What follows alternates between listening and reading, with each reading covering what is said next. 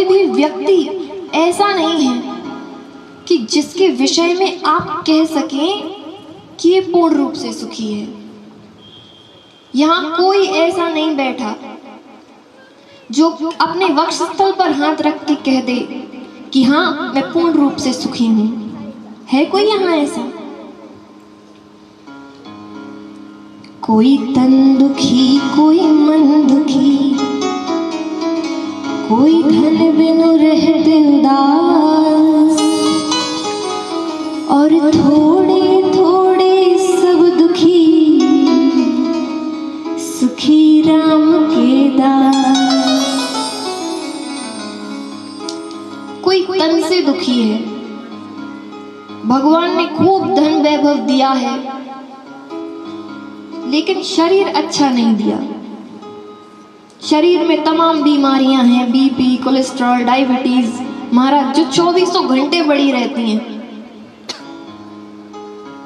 कोई मन से दुखी है, सब कुछ है पर कई लोगों को तो यही चिंता लगी रहती है कि मेरा बेटा मेरी बात नहीं मानता, मेरी बहू मेरी बात नहीं मानती, मेरी बेटी मेरी बात नहीं मानती, तो इसी में चिंताग्रस्त हैं वो। तो कोई मन से दुखी है और कोई धन बिनु रहित उदास, कोई धन ना होने के कारण दुखी है। एक बार एक सेठ जी अपनी दुकान में बैठे थे। अब दुकान में बैठे बैठे सेठ जी ने सामने खड़े हुए मजदूर को देखा। सेठ जी देख रहे हैं और मन में क्या सोच रहे हैं, देखो भगवान ने इसको कितना अच्छा शरीर दिया है, कैसे अनाज के बोरे अपने कंधे पर लाद के ले जा रहा है, कितना मेहनत का काम कर लेता है ये।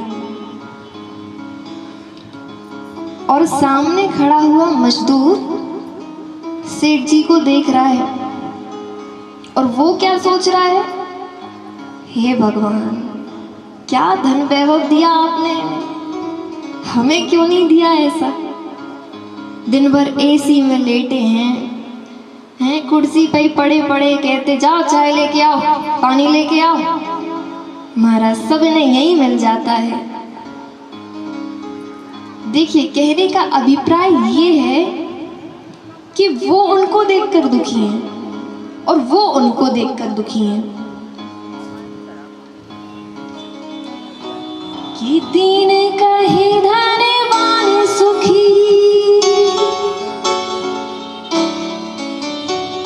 दीन कहे धनवान सुखी, धनवान कहे सुख राजा को भरी, और राजा कहे महाराजा को सुख, राजा कहे सुख इंद्र को भारी।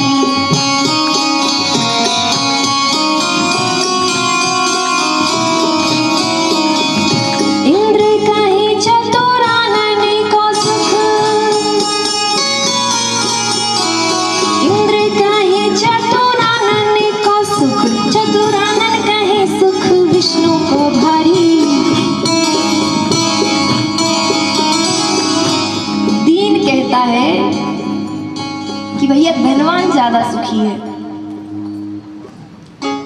धनवान से पूछा भैया तुम सुखी हो क्या? धनवान बोला अरे हम कहाँ सुखी हैं, राजा ज्यादा सुखी है, वहां वैभव ज्यादा है। ठीक है, अब राजा से पूछा कि भैया तुम सुखी हो क्या? राजा बोला अरे महाराज हम कहाँ सुखी हैं, महाराजा ज्यादा सुखी है, उनको ज्यादा वैभव है तो वो ज्यादा सुखी हैं। महाराजा के पास गए, भैया तुम सुखी हो क्या? अरे महाराज हम काहे को सुखी हैं, इंद्र ज्यादा सुखी हैं। अच्छा हाँ, स्वर्गाधिपति हैं, स्वर्ग के राजा हैं, वो ज्यादा सुखी हैं।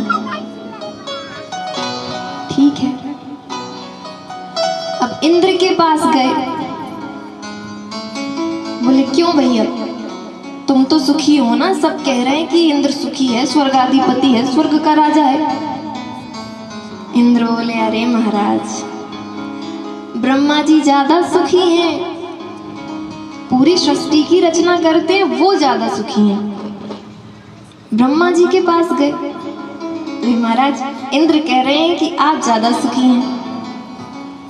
ब्रह्मा जी बोले, अरे हम कहाँ सुखी हैं, सुखी तो विष्णु हैं, त्रिलोकी के राजा हैं, वो ही ज्यादा सुखी हैं। तो देखिए सबको लग रहा है कि एक दूसरे से ज्यादा सुख वो अनुभव रहे हैं, वो खुद। तो कबीरदास जी ने तो कितनी अच्छी बात कही है, कबीरा सब जग निर्धना, धनवंता नहीं कोई, और धनवंता जी जानिए, जाको राम नाम धन होई। कबीरदास जी कहते हैं कि संसार में कोई भी धनवान नहीं है, किसी के पास कोई धनवान हो वो धनवान नहीं है। फिर कौन धनवान है? जिसके पास राम नाम का धन हो, वही सबसे ज्यादा धनवान है। तो फिर अब सुखी कौन है? जिसने हमारे श्री युगल सरकार के चरणों को पकड़ रखा है, हमारे राघवेंद्र सरकार के चरणों को पकड़ रखा है। इस संसार में सबसे ज्यादा सुखी वही है और कोई नहीं।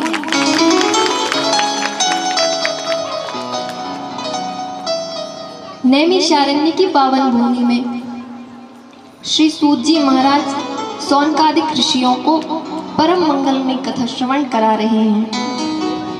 आइए हम भी अपने मन को वहां लेकर चलते हैं जहां 88,000 ऋषियों के मध्य श्री सूत जी महाराज सौनकादिक ऋषियों को परम मंगल में कथा श्रवण करा रहे हैं।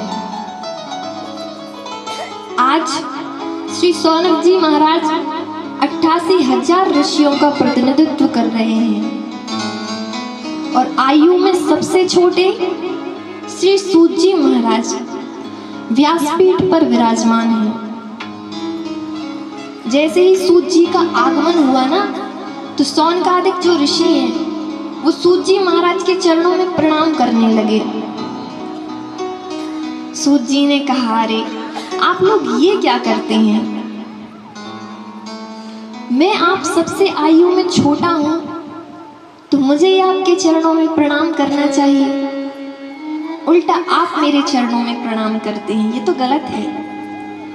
तो देखिए सौनकादिक ऋषि क्या कहते हैं कि धन वृद्धा बल वृद्धा आयु वृद्धास्थैव च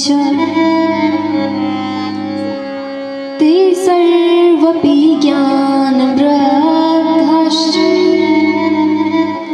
किंकरा शिष्य किंकरा। हे सूत जी महाराज, कोई धन में बड़ा होता है तो कोई बल में बड़ा होता है, कोई उम्र में बड़ा होता है, लेकिन जो ज्ञान में बड़ा होता है वही सबसे बड़ा होता है। हे सूत जी महाराज, हम लोगों के हृदय में अज्ञान का घोर अंधकार व्याप्त है। इस त्रिभुवन के अंधकार को दूर करने में सूर्य की किरणें समर्थवान हैं, परंतु जीव के हृदयगत अज्ञान रूपी अंधकार को सूर्य की किरणें ध्वस्त नहीं कर सकती। महाराज, उस अज्ञान रूपी अंधकार को ध्वस्त करने के लिए आपके पास तो करोड़ों सूर्य के समान ज्ञान का प्रकाश है। अतः आप उस ज्ञान के प्रकाश की एक किरण हम सभी के हृदय पर डाल दीजिए।